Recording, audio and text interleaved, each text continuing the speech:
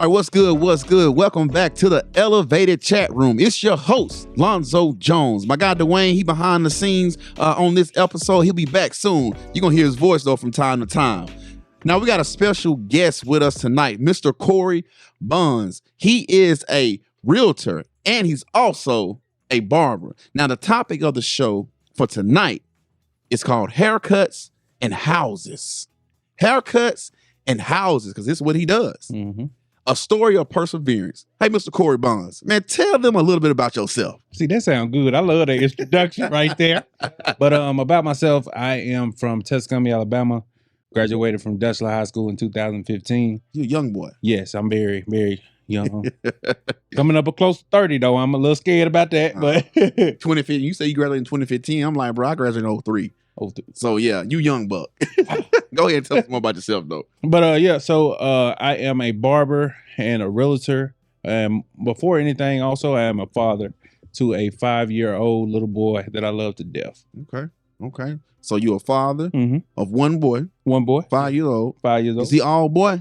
All boy. Yeah, he rough. Yeah, that's what you want now. Yeah, I want him. He needs to slow it down sometime, but that's what they do, man. Trust me, I got a 7-year-old and a 9-year-old, and it don't stop. Yeah, it does not stop. So they'll get a little bit more independent as they go, but they still gonna do wild stuff. They still gonna. Have you got to the phase where he asks you a lot of questions? Yet? Oh yeah, all the time. See that right there, what kind of burns me up on the inside. I'm like, okay, that's enough. I gotta put him on questions restrictions. Yeah, I feel you. I'd be ready to ask my son. I'd be happy that he asks me a lot of questions sometimes because I'm like, man, I wish I had somebody to give me some answers when I was young.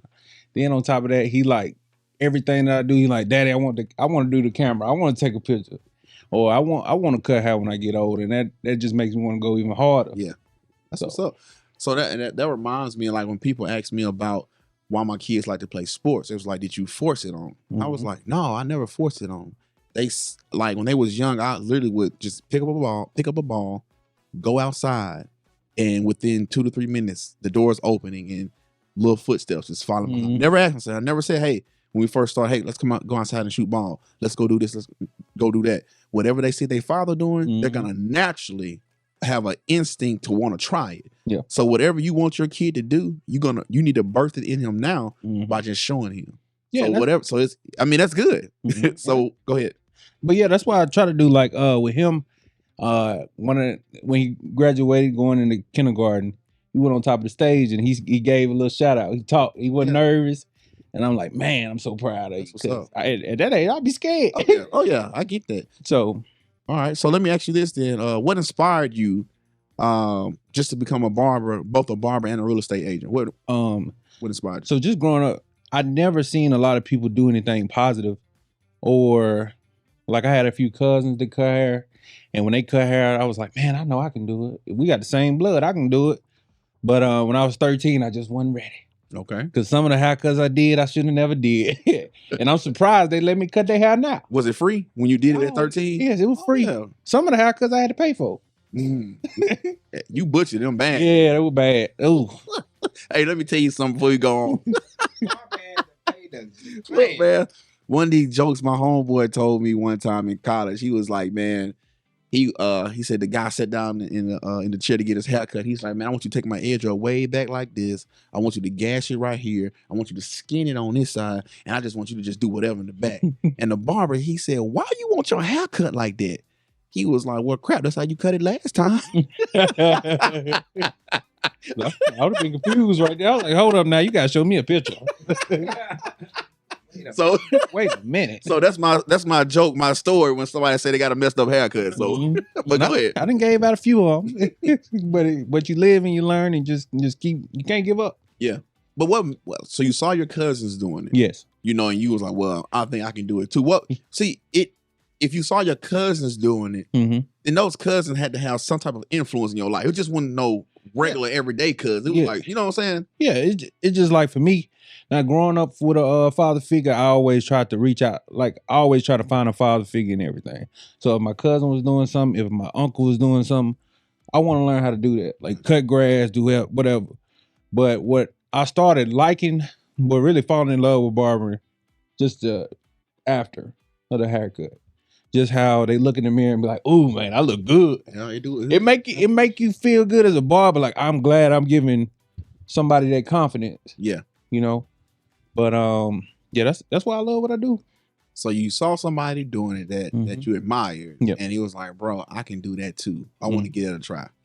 Now, most barbers that I know can draw. Mm-hmm. Can you draw? No, I can't. I can't draw a stick figure. Hold up. So, hold up. You cutting people hair? You can't draw? I can't draw at all.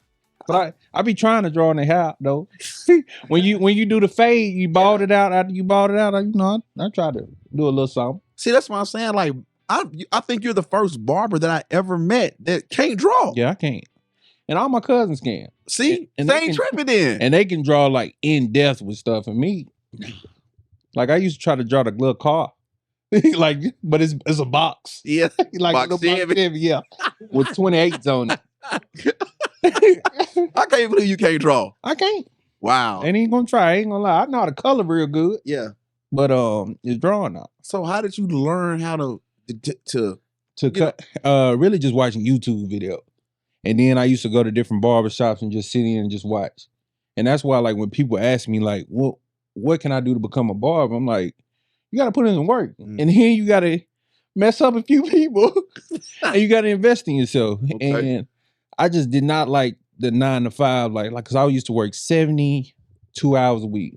And I felt like I was never going nowhere in life.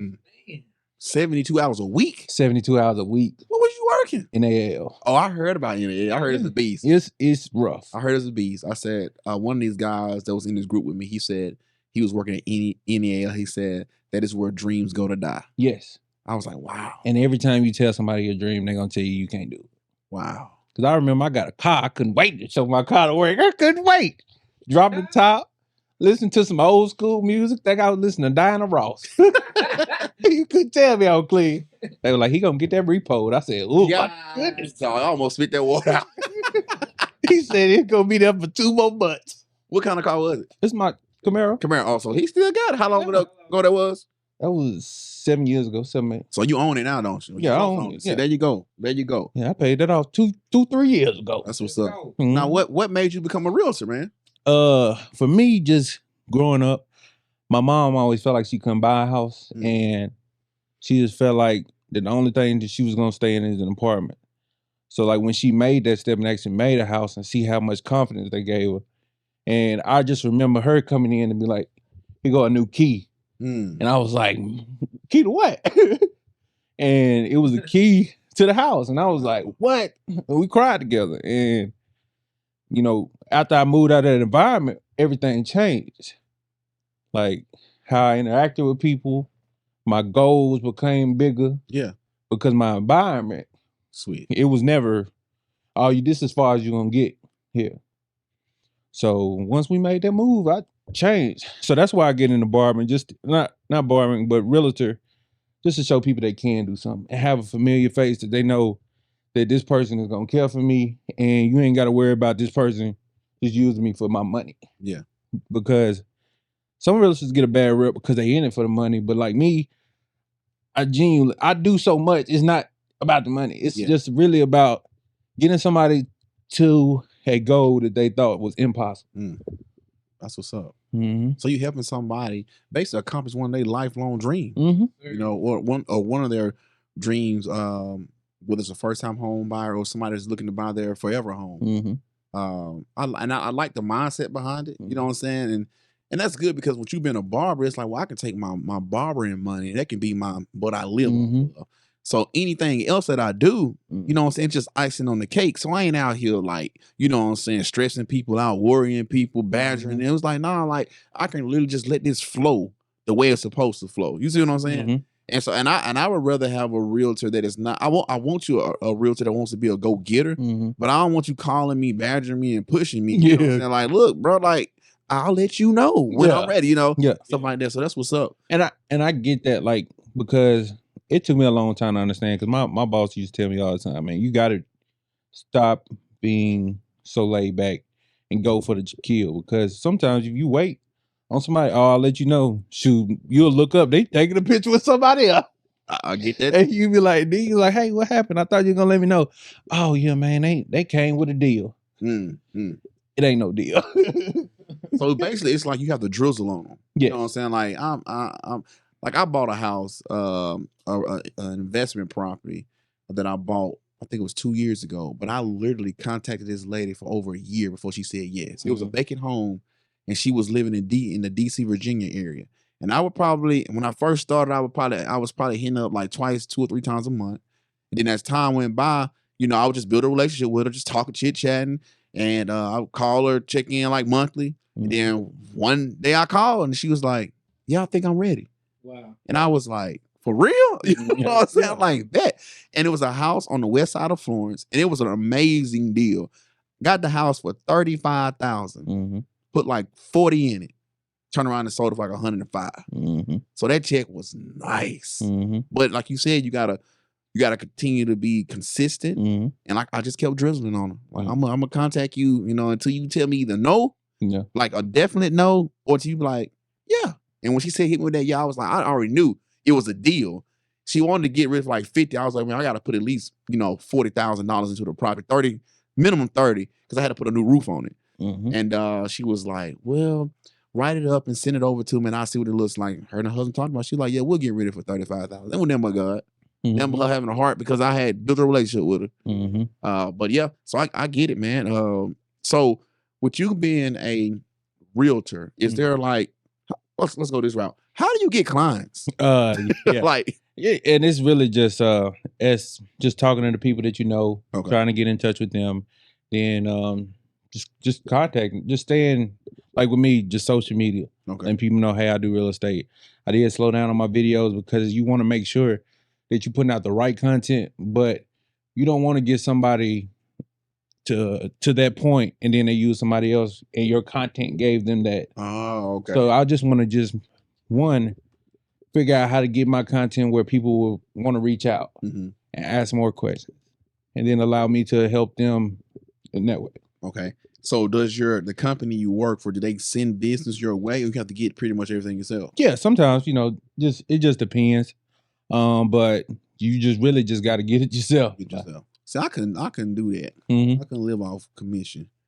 Yeah, it'd be rough. So that's why I like, you know, when people ask me like, hey man, how can I get into real estate? How can I get into real estate? I tell them, I was like, man, I would have never made it in real estate if it wasn't for my mama, because my mama, shoot, when I got fired in the ass, she stepped in. She was like, hey, if you really want to do this, you pass the test, you good. I help you. And when I got my first check in real estate, I gave her that whole check. Wow. That's what's up. And that's another thing, man. We could talk a whole lot about everything that's even not on this you know what I'm saying, the agenda for the night. But when you have somebody, man, that's in your corner, because I tell anybody, there's no love like a parent love to a child. You see what I'm saying? Like we will do pretty much anything and everything for our kids, whether they grown or not. You know what I'm saying? Like, now it may shift. The way I'm there to show up for you, because when you're raising boys, you still gotta skate that thin line because you don't want them to be entitled, like we talked about yesterday after we left the detention center. I don't know where I was going with that, but something just hit me and I was like, just got to rambling about it. But anyway, just saying, it's amazing to have the right people in your. Oh yeah, that's what I was talking about. Yeah. So your mama, like, she's your backbone, man. Yeah, and she was like, that's why I tried to do so much. Like, even like when I get my first check, I want you to see it. I want you to get it. Yeah. Because like I wouldn't have made it without you. Yeah, that's what's up. So moms had your back. Ain't nothing like that, man. I'm telling you. Nothing like it. Now, let me ask you this. If you wasn't doing anything or trying to change your life, you think your mom would have still gave you that same help? Or it would have looked a little different? Yeah, it probably would have looked a little different because it's been a couple times. Shoot, it was rough. Because I remember the first time I went to jail, she smacked me in front of the jail. The police said, hey, you can't do that here. But after that, like, I just seen how her face was, and I said, nah, like, what I'm trying to do to help my mom is really hurting my mom. So I have to try to figure out something different. Gotcha. All right, so speaking of your mother, how did you overcome obstacles growing up in a single family home with just you and your mom? You know, I still kind of deal with some of the trauma, you know, because like when I try to tell fathers, like, because some of my homeboys, they fathers. Okay. Remember to tell your kids that you love them, because and tell them they're beautiful. Okay. Because my sister, when my dad passed 2 months ago, like he never told her she was beautiful until the month before he passed. And she never felt like nobody could love her. Yeah. Or she didn't think she was beautiful because her father didn't tell her. Yeah. And like I felt like I couldn't love nobody else. Somebody couldn't love me because my father didn't love me. Yeah. So like just having my mom, like just in my life, she had to work so much. You know, I really we couldn't spend time together, but she every time, like, she there. Yeah. Every game she there. Gotcha. Even if I'm on the bench, she there. That's what parents do. Yeah. She got a sign. I'm just giving water to everybody. That's what parents do, man. That's powerful. And I don't think sometimes fathers really understand the role and the power and the influence that they really have over their kids' life. You know, I used to record us live shooting basketball in the backyard playing around the world. You know what I'm saying? And one of my homeboys that went to college with me, he sent me a message. And I ain't trying to toot my own horn, but I know me. I'm just telling the story. Yeah. And he was like, bro, what are you doing with your kids? He was like, I just seen them on the video and they got so much confidence. And he said, that comes from you. Yes, you can just tell your presence in their life have their confidence through the roof. I never even paid attention to it. And then I was talking to my wife about it. She was like, yeah, that's true. She was like, not just because you train and help them with the sports, but just because your very presence as you ain't even gotta be, you know what I'm saying, what they would call like an over the top father. You could just be a father that is basic, that's just there, provide and give them a little bit of other things they need, and they are 10 times better. Yep, better off than any kid that doesn't have a father. So yeah, keep challenging your homeboys. Yeah, because like I tell them, like, man, I can't be around you ain't there, because like you seen what they put me through, like how I reacted. Like it was sometimes hard for me to have friendships because I can't get close to people because I feel like, man, I don't like people coming in and out of my life, and I'm not that type of friend that, you know, if you need me, I'm there. Yeah, and I rarely ask people for stuff because sometimes, man, it hurt when you know people ain't there for you like you there for them. True. So True. My wife says all the time, you be expecting you from them, but they ain't you. Yeah. You know what I'm saying? And it does hurt. So that's why you have to get to a point where it's like, man, we got to live without expectations from people. Because as long as we're expecting something in return, sooner or later we'll get our feelings hurt. Yeah. You know, so I try to do that in most relationships, you know, just so I ain't let down, because we still human. Yeah. Now, if you got a track record where you have shown me that you're gonna be there, and that trust is being built to where, oh yeah, I know Wayne. He if I need somebody, he there, because it's been built. But if you're trying to build something and it ain't there yet, like, bro, don't put yourself out there. I don't know more. I said, forget that. So what does your mom do for a living? My mom, she works at Jack's. Jack's. What does she do at Jack's? She just cook manager there, and she been there about 25 years. I probably know your mom. What Jack's she at? Sheffield. I probably done seen your mom. We go to Jack's weekly. Yeah. Hit them all up. And she been there for a while. So your mom was holding it down. She done bought a house working at Jack's. Yep. So speak on that. Like, cause I know if you like on the outside looking in, it's like, ain't no way anywhere somebody bought a house. And you know what I'm saying? Yeah. And that's why like her work at, like, when people ask me, man, why you work so hard? Why you do this stuff? Like, because of her. Like, man, my mom going to work at 4 o'clock in the morning. Don't get home to 2 and still try to have a conversation with me. Yeah. And I'm just surprised she ain't sleep. Yeah. So, and I seen that my whole life, and it's just like, man, I gotta work. Gotcha. Yeah, well, especially as a man, you know, we have to work. You know what I'm saying? Like, I know if I wasn't working, I wouldn't feel like, I know our value ain't tied to us working, but still, like, I wouldn't feel like I'm really that guy. I'm really, you know what I'm saying, who I say I am. Now, don't get me wrong. My wife started making, you know, $250,000. She talking about, yeah, you can come off your job and stay at home. I may consider it, You know what I'm saying? But I still wouldn't. But I would consider it then. Yeah, I'm gonna do something. But I'm gonna be at home doing it. Get me an online job or something. Work from home part time. I go speaking around the country then. Shoot. Mhm. Now let me ask you this: how do you balance between barbering and real estate, bro, and everything else you do? Yeah, just trying to get on the schedule and try to get my clients. With barbering though, like people just you can try to get them on the booking out. But a lot of people just, oh, Corey, I just want to walk in and get a haircut. Well, you can't just do that with me. Like if you want me to give you a haircut, you feel like confident about it and all that your blend is right. You got to make an appointment just so I know, like, I'm not rushed for time. Got you. That makes sense. And like with real estate, like I make sure that whatever my clients understand. Hey, if we got to show a house, like, hey, I can't be here at 7:30, but I can get my assistant to show you, and I can get somebody over there to show them. So you got an assistant? Yeah, we all got, like, on our company, we got assistant. Okay, so that does make it a little bit easier then. Okay.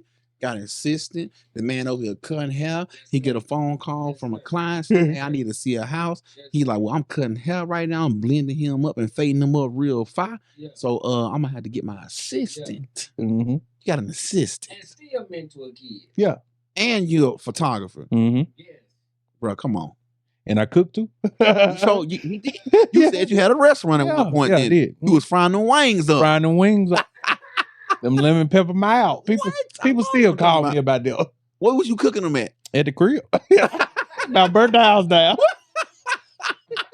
My man is a hustler. Yeah, sure, yeah. My man is an entrepreneur. I had cars lined up from one side of the road to the other side of the road. Man. How long ago was this? This was about 2 years ago. So this recently. So you was cooking the wings up. What was the name of your business? It was a Trendsetters Restaurant. Trendsetters Restaurant. And I had a sauce and everything. Lemon pepper mild sauce. I had a garlic parmesan sauce. And it was in Foodland for a little bit. Yeah. And I actually designed my label myself. Yeah. And like when I had a friend ask me, like, and they were like, why you put black on it? I was like, because I don't see a lot of black on stuff. And if I want somebody to pick up my bottle, I want somebody to be like, man, somebody that looked like me did this. Gotcha. And he beat, because like, man, that's something to be proud about. Yeah. So you made your sauce from scratch, is what you think? From scratch. You gonna have to come to the kitchen up there and whip that sauce up. I can cook my own wings. Just give me the sauce. I got you. Give me the sauce. Yeah, you ever had what's the guy name over in Sheffield? He be smoking them wings. Yeah, Shaba. Yeah, I had them before. They pretty good. Yeah, he got some good sauce. He be making. I don't know if he make them himself or he buys it, but fine. Raw sauce. Yeah, I get it. That's a northern side of sauce. A what? A northern sauce. It's mostly known in like New York, New Jersey, and stuff like that. There's another place, Hometown. They have a Tangy Gold. You ever had that one? Yeah. That one fire too. It's like a honey barbecue mixed with something else in it. You'd be busting. Yeah. But I'm gonna have to sample your sauce though. Yeah, and like that's what my golden wings, I used to have like little golden wings. Them things used to be fire. I used to smoke them for about an hour and then fry them. You ever thought about getting a food truck? Thought about it, but when I looked up them prices, I said, yeah. Gotta find something new. All right, so let me ask you this. Okay. So you got barbering, you got real estate, photography, and cooking. Which one's your favorite? Not. Don't tell me which one can make the most money. Which one's your favorite? Well, probably be I ain't gonna lie, real estate, and it's just because, man, like some of the times, like as many houses you show one person, and you have sometimes where some pop up, and then they be like, man, forget it, I can't do it. Like just even helping my son's mom get a house, like like man, that made me want to cry. Yeah, because there's been plenty of times she felt like she could never buy a house because her folks never own a house. So like when she bought hers, now my son he gonna repeat the same step. Yeah. So you've helped somebody break a cycle and start a new cycle. Yes. Bro, do you see how powerful that is? Like, and homeowner is bigger than what a lot of people think. Yeah. Because of the equity and the wealth that you can generate, on property. And then but sometimes people don't understand that. And then people be like, oh, my uncle said this happened, so I can't do it. Like And that's why I try to tell people, like, stop going to family and getting advice. Mm-hmm. And you're gonna be in the same situation. Yes, sir. And if you want to do better, you have to do things that's gonna be uncomfortable. Yeah. See, you got me thinking, got my wheels turning over here, because me and Dwayne, we talk credit a lot. Mm-hmm. And like when I'm dealing with some tenants or people that want to do a seller finance with me and they don't have the credit, you know, and sometimes I'm sitting there trying to teach them the game, but some people just don't want to understand the game. They don't want to get better. But if you ever come across people that need some help, I'm thinking about, Dwayne, we need to look into that, because and we can do it through RMP. We can figure out a way, because when I tell you, like, I've been studying the credit game for years, bro. You know, and if I can't get it, if it's something that I gotta get off your credit, I got a guy that will get it off your credit legally and get it off, wiped off, clean, whatever's negative on there. Got a guy. So if you ever come across people, hey, just, I don't know if you got somebody on your team like that already. Yeah, we do. Like some lenders, they offer that. Okay. And like some people, man, you would be surprised. I get people 520 credit scores getting a house. Getting a house. How? And it's just about every situation is different. Program. Yeah, different programs. Like, if people don't understand, Section 8 got programs. They want you to buy a house. What? Yeah. They want to get you in a house. So ain't no excuse then. It ain't no excuse, but people just be scared. Wow. But home ownership is you get to pull up and say, man, this is me. You know what I'm saying? That's good. So you said you had to set schedules. Yes. So how busy are you on a week to week basis? What is a day in the life of Corey? What does that look like? So wake up probably about 7:00, check my phone, make sure I don't got any missed calls, and then I just go to the office and I usually just call people, look at my schedule, make sure that one, the people that I am calling, I ain't called them like 4 or 5 times in 2-3 days. Gotcha. Another person on my team. So making sure that I'm sending out the right emails, just different stuff like that. Okay. And then around lunch, I usually go to the barbershop, just chill, hopefully wait on somebody and go home. Okay. So when you at the barbershop, you do most of your stuff by appointments. You said that earlier. Yeah, I do most of it. I try to do most of it on appointment. But people like, they wake up, Corey, you at the shop? Gotcha. Type of stuff. So you open, what days you open the shop? Mondays through Saturdays. Monday through Saturdays. And then Sundays, mostly all appointments. All appointments. So you could have pretty much every day. Okay. And if it's the money right, 5:30 in the morning on Sunday. I know some pastors like to get their haircut before they go up there and minister. Okay. Just don't sweat too hard. That black line gonna come out. That spray. Yeah, that spray. Seems like you're dripping. Have you ever told somebody, hey, bro, you just need to go ahead and just go bald? I'd be ready to say that, but I like to, do the little spray and then put like little fake hair on there and everything. I be doing the man wigs before long. Hey, I've seen some fireman wigs, bro. Yeah. I already said, if I'm not a bald headed looking guy, so whenever it's my time, I'm gonna shave it down. I'm gonna come see you. Yeah. You better have it ready. I got the glue. I'm gonna be like your boy Jimmy Butler. I'm gonna come in one day with a low cut, and next day I'm gonna have dreads. They go like, that ain't how I grow fast. But a lot of people getting them sold in now. Right, anyway. that's what I'm saying. So I've seen. I was like, bro, that's in the texture of the hair. Be so wavy. Yes. I'd be like, man, hair was wet. Came from China. Off Temu. I don't want no hair off Temu. What to say? Just don't get it wet. It look wet, but don't get it wet. I saw this little video. And it was this guy doing a Michael Jackson impression. And they was like, this is the Michael Jackson you get when you order from Temu. He was big. Oh, yeah. He was pale. His face was like 10 times wider than the rest of his body. Oh, and then he couldn't dance on stage. That was like a Temu special. So no, we're going to stay away from Temu. Yeah, we're going to stay away from that. When it comes to the hair piece. Yeah. All right. So what advice do you have for young people that are facing like similar challenges that you faced growing up? Just no matter the situation that you can overcome, and no matter what, don't get so caught up in like one failure. Keep trying. Because you going to have to fall before you get up. Okay. Because I used to love that gospel song. We fall down, but we get up. Down in McKirkland. Yes, I love that. So that's why I try to tell people, man, no matter the situation, you can overcome. If you come from a single parent home, try to find just different stuff and try to find mentors. Yeah.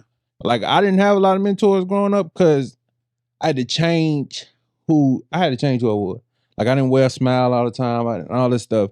So I wasn't approachable. And once I started smiling and being happy and outgoing, then I started being approachable and people started running up to me. Yeah. And then opportunities came.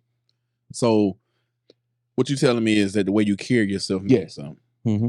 Okay. And I try to tell the youth that, but I don't think they really grasp. Like I'm like, bro, the first time I meet you, if you know what I'm saying, you got an angry look on your face, you know, your clothes ain't pulled up, your hair ain't combed, you know, your clothes wrinkle, all these different things. Like we pay attention to as we get older, people that's looking for, you know, young people to reach out to or to bring them into their organization.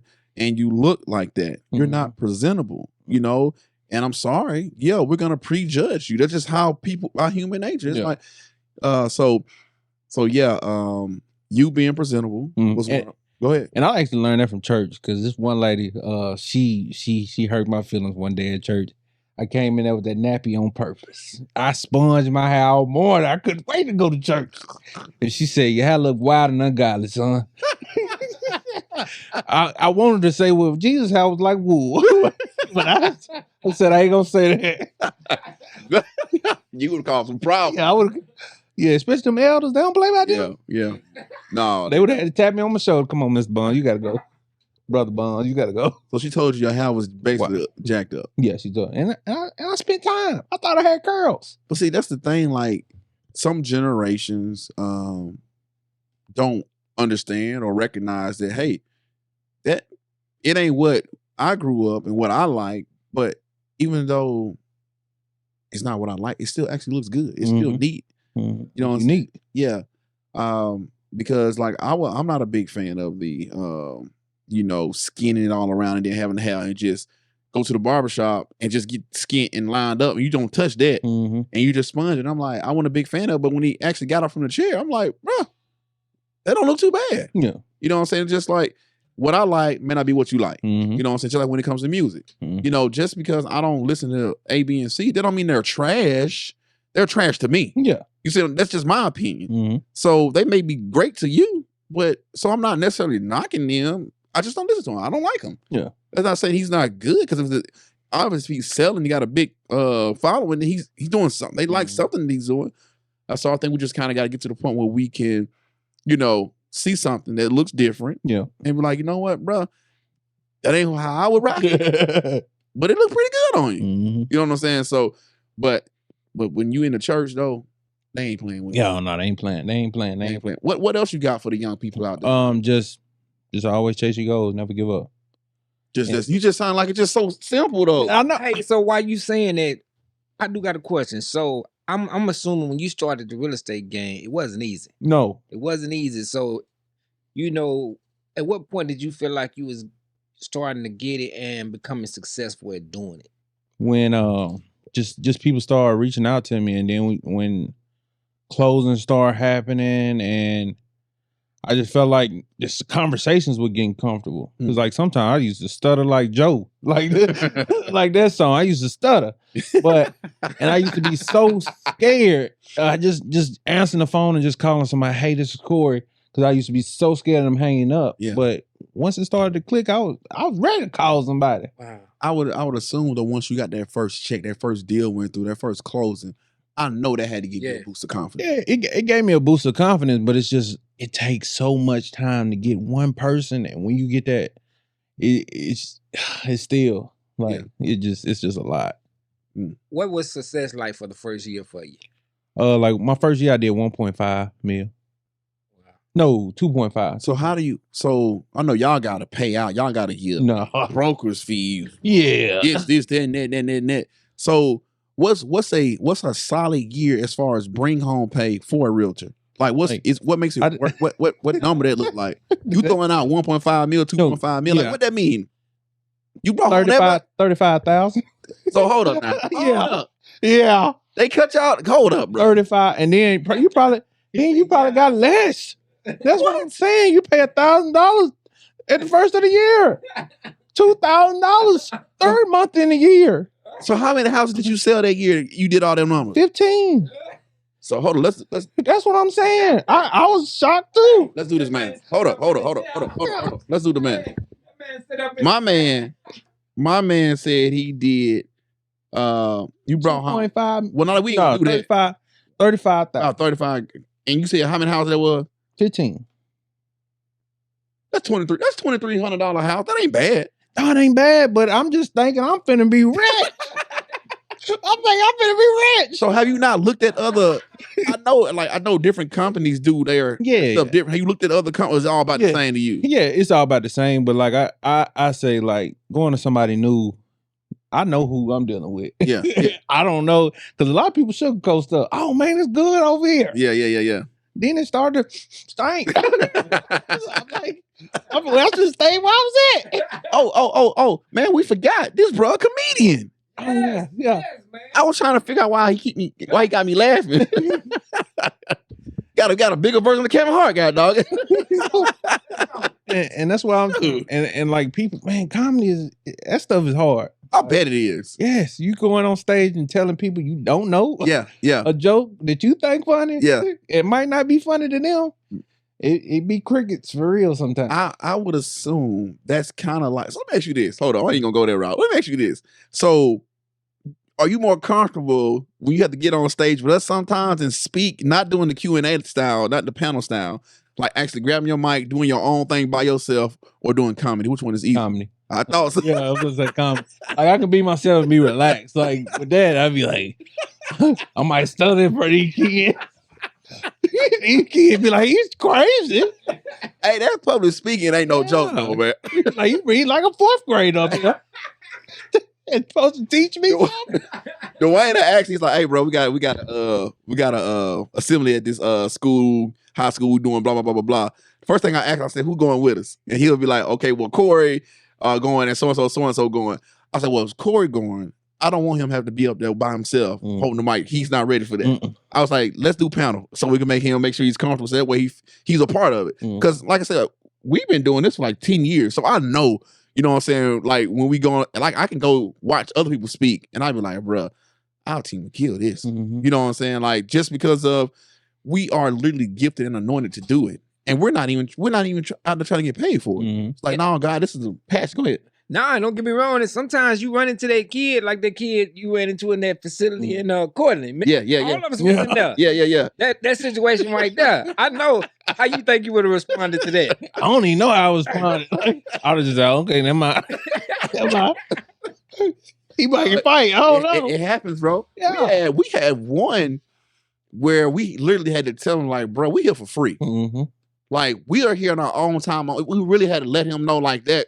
So don't be disrespecting us. You know, I was like, bro, like, no, you know what I'm saying? We care about you. You may have never met me, but I'm here on a mission for you. I'm someone seizing your life, trying to bless your life. And this how you want to act? It be so hard though, like for some kids, because they don't want nobody to get close and then leave. Yeah. And then they be like, man, I really like Zoe, man, and they gone. Yeah. And that's back to reality. See, that's how we ended up forming the jump. Because we was literally going to schools, building connections, opening up wounds, and then leaving. And these kids was still hurting. And it was like, well, we can't sit here for 2 or 3 hours after, you know, each event. So Dwayne was like, man, we got to come up with something. When I tell you, this dude right here, the visions that God gave him, bro, he's the first guy that I ever met that is a dreamer and an implementer. Most of the time, you're one or the other. This dude right here called me out the blue. Like, hey, bro, I think about this. But I come in here 2 weeks later, he already got the whole podcast room set up. As a matter of fact, he had the podcast room somewhere else, in another room, then had to move everything to this room. I was like, this dude right here, he different. So if you try to be connected to somebody, he the one. and I ain't gonna lie, like when Dwayne, when I first met him at that haircut event, he asked me to do it. I'm like, man, ain't nothing special. Like, ain't no, like I didn't believe in myself, but like him being there and keep on challenging me all the time. Like, hey, get up on the stage, say this, get up. Like, man, I was like, man. He will. And it helped me in my real estate. Oh, yes. See, that's why I don't think people understand. Like, everything that we do can help you in everything else that you do. Mm-hmm. You see what I'm saying? So by you learning how to be a better speaker, learning how to talk in front of crowds, bro, it's nothing for you to pick up the phone and be like, hey, this Corey Bonds, blah, blah, blah, blah, blah. It's nothing. I can't see you. Like, If you can stand up and talk in front of 200 kids, mm-hmm. 200 kids when 150 of them ain't paying attention, Mhm. and you still got to focus through all that Mhm. and still give your, bruh, like, that's why public speaking is not for everybody. Mm-hmm. But you can be trained, you can be built up if you just not just like God gifted for it from the jump. But it's tough. Yeah, and like with me, like even when he told me get on, like I'm looking up speakers, I'm looking up ET, Yeah. and I ain't finna be doing all that jumping and stuff like him, man. But I'm trying to figure out like tonality, pause, like all that stuff. But then what you'll learn too is that you can look at other people and things like that, but then you figure out there's a uniqueness about you. Mhm. You know what I'm saying? And that's the good part too when you start tapping into the core of that. And we see you doing that too. Like you killed it yesterday. Yeah.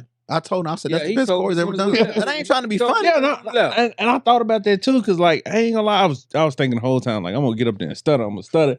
But like when You was when comfortable. yeah, Yeah. Tell it. I was surprised. But if He said, I was surprised.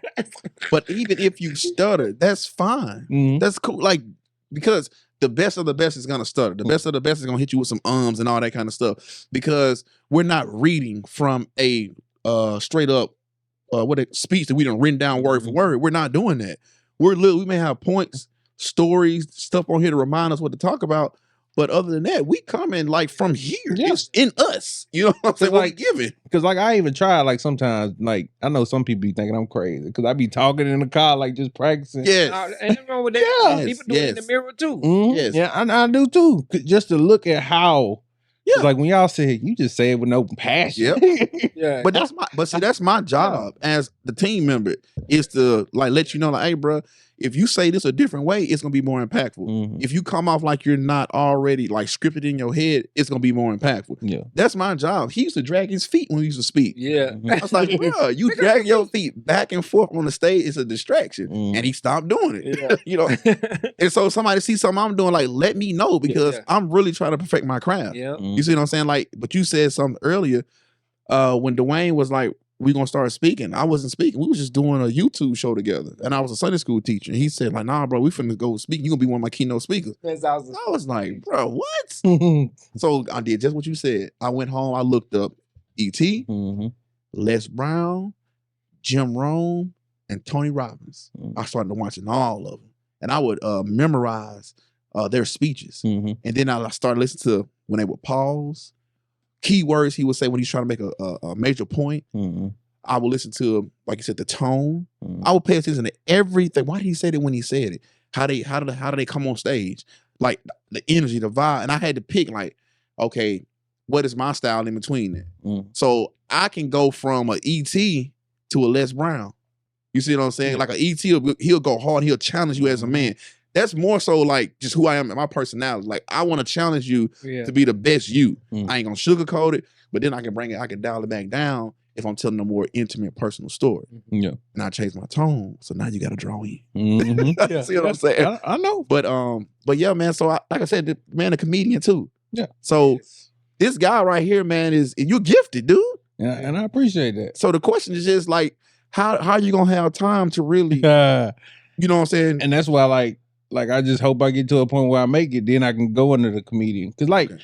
I ain't gonna lie, you said which one that I care about the most is being a comic. Okay. And the reason why is just because, man, like making people smile, making people forget about all the pain that they're dealing with. Like that's a good feeling. Like knowing that you making somebody forget they got daddy problems. They got, Yeah. So how do you come up with your message? life story. Life story. Oh, so that's easy then. What is Yeah. easier? Not gonna Yeah. say it's easy. Mm-hmm. So you telling jokes about yourself and your family. Telling jokes about myself. So are you doing shows? Like I go to Huntsville, like, and I just go to like open mics. Open mic. Okay. Yeah, and I remember when I first tried it, I tried stand up live. Oh, My first one. what? Woo, got on stage, looked at the crowd. Gotta go. Woo. No. you didn't even give you. I ain't say nothing. Matter of fact, I said I said something, but I sound like Twister. You were nervous. I was drop the mic. Like they Hey. know what is the clap. He said he dropped the mic like he killed it or Yeah. something. Like nobody said nothing. So you left him speechless. Literally. And I took a picture and put it on Facebook like I did. Let's go. Oh man, killing it. I killed it. Do you do like so what type of comedian are you? You got different ones, like you got these guys on social media do little skits. You got one that just No, I don't do skit. what do you do? I just talk about life story, and I try to have like pauses.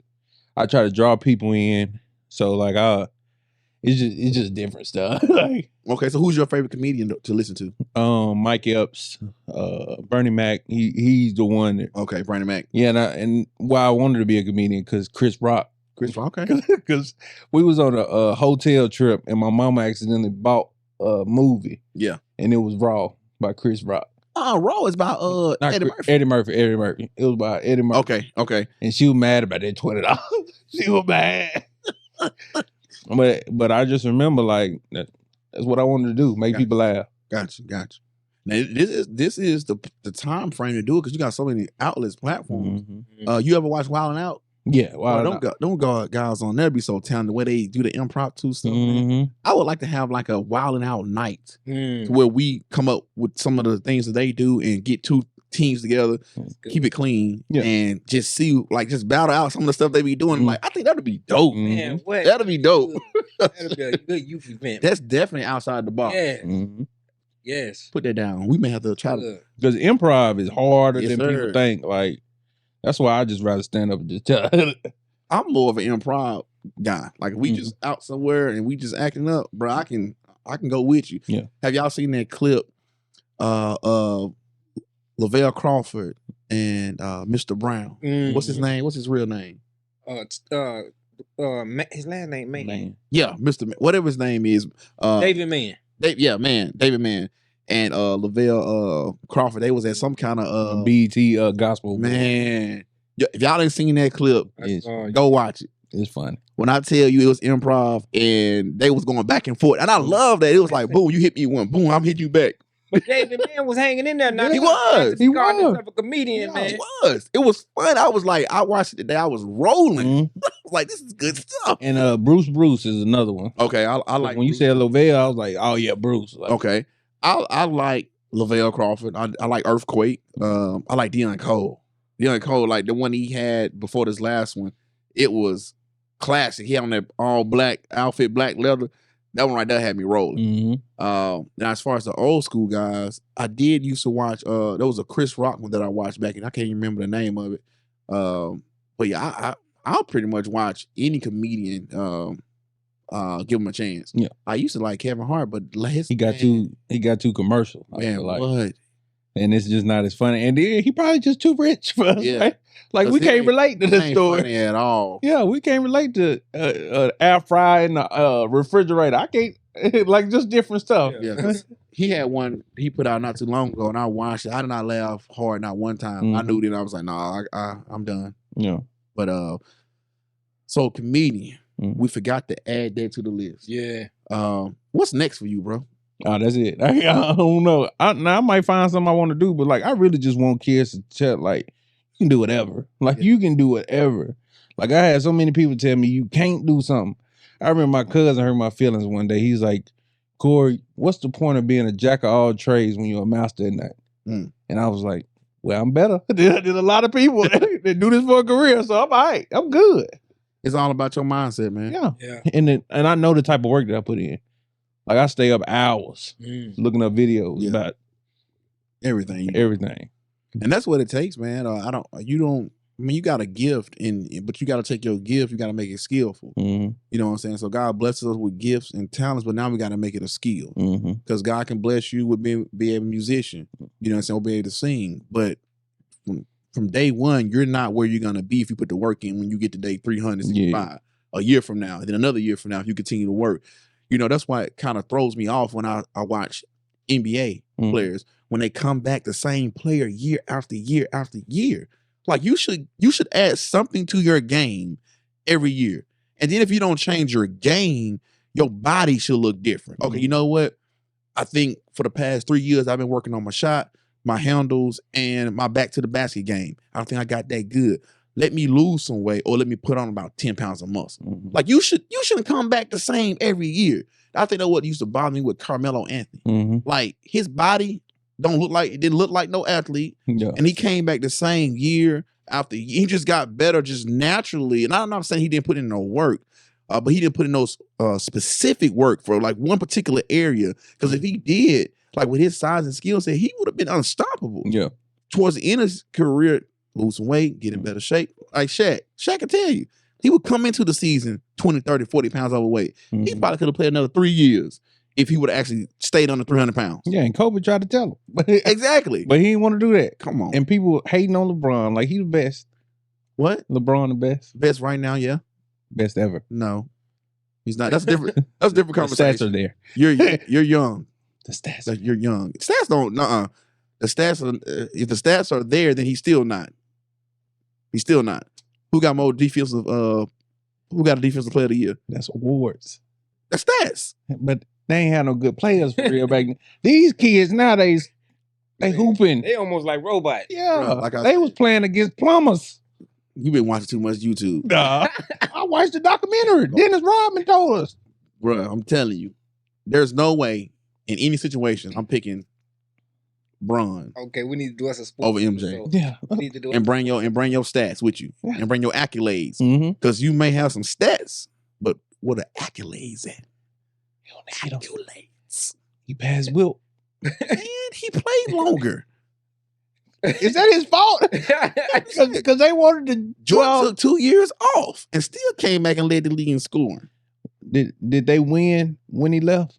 No, they didn't win no championship. They did. They didn't win no championship. Pippen won one. Pippen ain't won no championship without Jordan. If that's the case, you telling me Pippen got more rings than Jordan. See, this is the problem right here. I cannot have a discussion with him because he don't even know that Pippen don't have more rings than Jordan. That's what they said on the last dance. No. So let's stop it here. That's what they Because said if you on don't the know last that basic, then we can't have a legitimate debate. Anyways, he's a comedian. I told y'all he's funny. Because he's funny right now. Now, let me ask you this question because we got to get off this topic.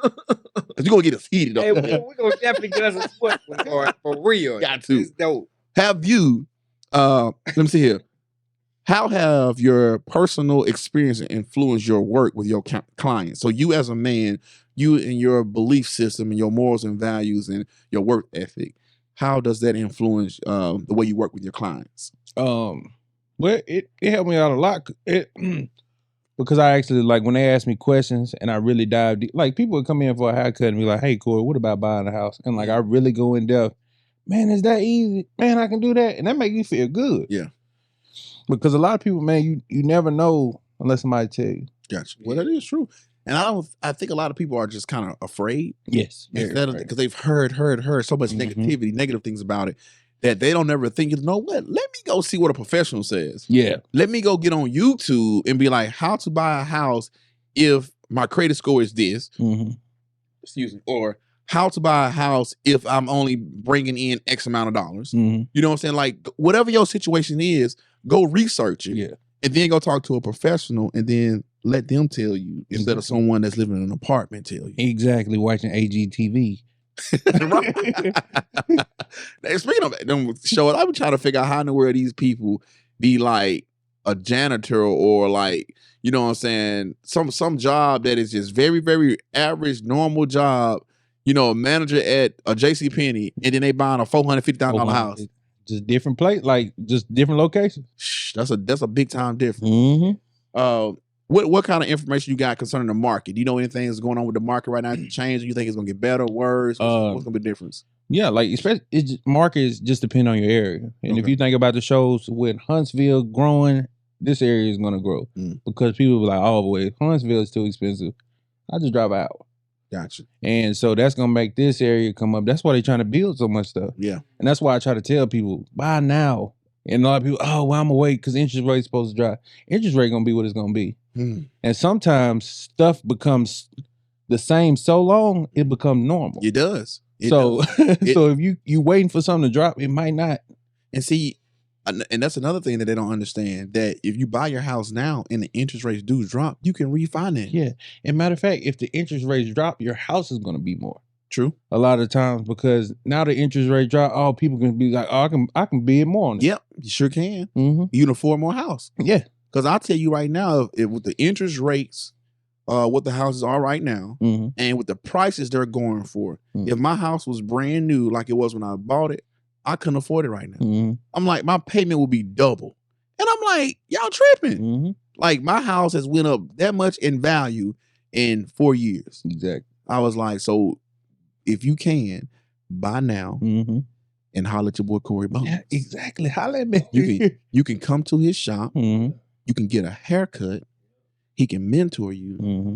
He can drop some jokes for you, and then send you out looking fresh. You feel me? And I actually got a first time home buyers class coming up next Wednesday just to teach people like, hey, you can do it, and we going in depth. With First time home buyer class. Tell them when it is. It is next week. No, tell them exactly when it is. July 15th. July 15th. What time? It is from 5 to 7. Where at? It is at the Country Club in Tuscaloosa. You can eat for free. We got barbecue, all that. I ain't even know. I already got a house, but I may want to show up for That's that. what I'm saying. Just I love learn. And then on top of that, you can win $500 in closing costs. What? Y'all better show up. Push that on social media. What can they find you at, Corey Buns? Corey Bonds at just Corey Bonds. On what? on Facebook. Or the real Corey B on Snapchat, Instagram, TikTok. And Corey Bonds on Facebook. All right. Corey Buns. Y'all heard him. Y'all reach out to this guy, man. Yeah, we can help you out. He doing dope things. He can get you in the house. Mm-hmm. He can get you a fresh cut. Fresh cut. What else you said you was doing? Oh yeah, if you about to have some kind of special event coming up, he can take pictures. Mm-hmm. You know what I'm saying? Go check him out, man. He got a lot of stuff he got going on. He has a heart for the community. Mm-hmm. Got a heart for people, man.